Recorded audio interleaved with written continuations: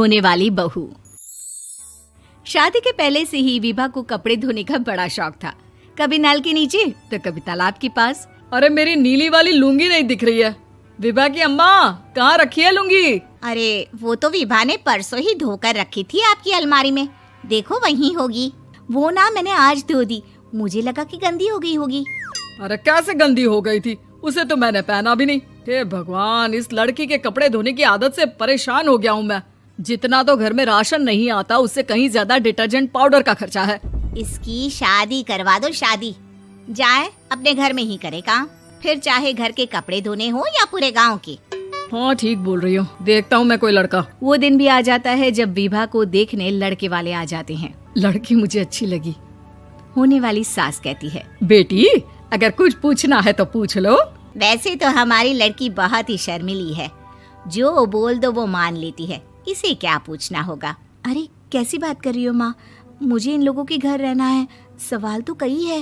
हाँ हाँ बेटा, पूछ लो ना, क्या पूछना है। आप लोगों के घर कपड़े कौन धोता है? सास का मुंह बन जाता है। देखो, अगर तुम ये कहना चाहती हो कि तुम्हें कपड़े धोने नहीं आते तो सुन लो, कपड़े मैं ही धोती हूँ, लेकिन तुम्हारे आ जाने के बाद मैं रुमाल तक नहीं धोऊंगी। अरे चुप रहना भाग्यवान, बहू बेचारी घर आई नहीं, उसे डराना शुरू कर दिया। वो क्या है ना बिटिया, अभी तक तो ये कल्लू की माँ ही धोती थी, लेकिन अब तुम्हारे पापा तो दहेज में वॉशिंग मशीन देंगे ही। तभी विभा की माँ बोल पड़ती है, सवाल भी पूछा तो क्या। वैसे भाई साहब, मशीन की तो फिर भी कपड़े धोने की कैपेसिटी होती है। मतलब जो बिटिया दे रहे हैं ना विभा, इसे कपड़े धोने का बहुत शौक है। ये आप लोगों के क्या, आस पड़ोस गांव मोहल्ले सबके कपड़े धो दे और उफ तक ना करे।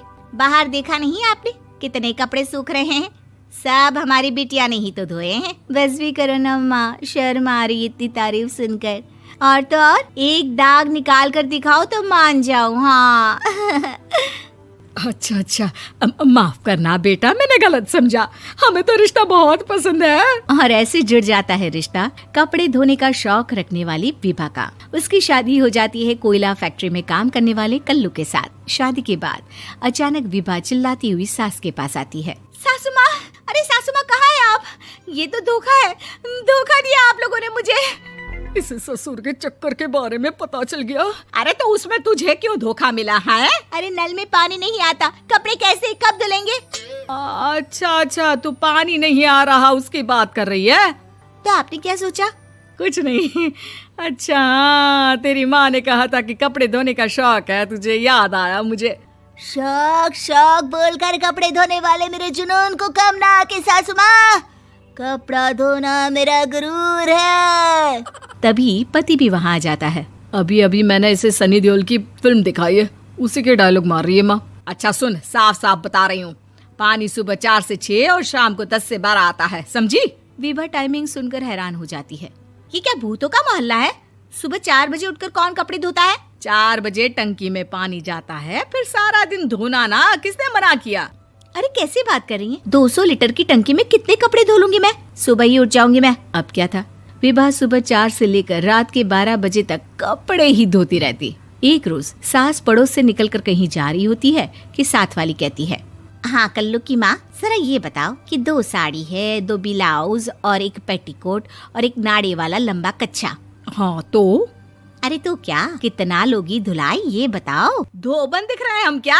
हमारे पति सरकारी नौकरी से अभी रिटायर हुए हैं और बेटा सुपरवाइजर है कोयला फैक्ट्री में।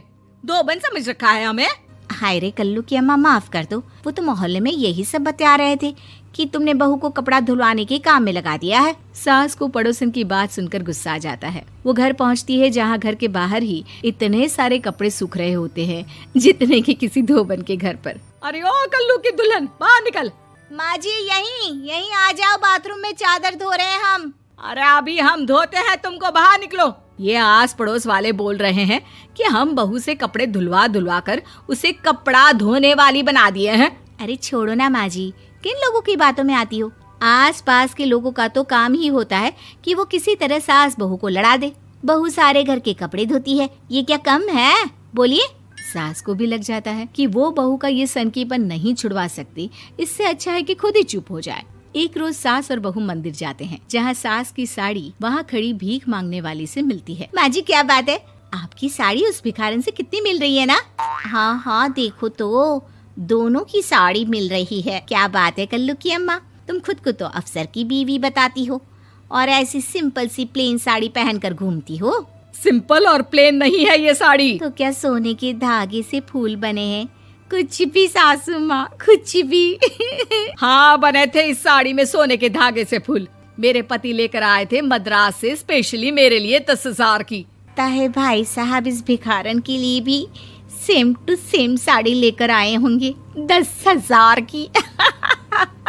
सास उस वक्त तो कुछ नहीं कहती, लेकिन बहू के साथ घर आती है और अलमारी से एल्बम निकाल कर लाती है। ये साड़ी देख रही है, ये वही साड़ी है जिसे मैंने अभी पहना था। इस साड़ी में ये जो चमकदार फूल दिख रहे हैं ना, ये सोने के धागों से काटे गए हैं। लेकिन तू लोकल वॉशिंग मशीन ब्रश से घिस घिस कर सारे फूलों को निकाल कर साड़ी प्लेन कर दी। मुझे माफ कर दीजिए सासू माँ। और तो और, जब मैंने तुझे तेरी गलती के लिए कुछ नहीं कहा, लेकिन तूने तो सबके सामने मेरा मजाक ही बना दिया। क्यों? बहू को समझ में आ जाता है कि अब से उसका कपड़े धोना बंद।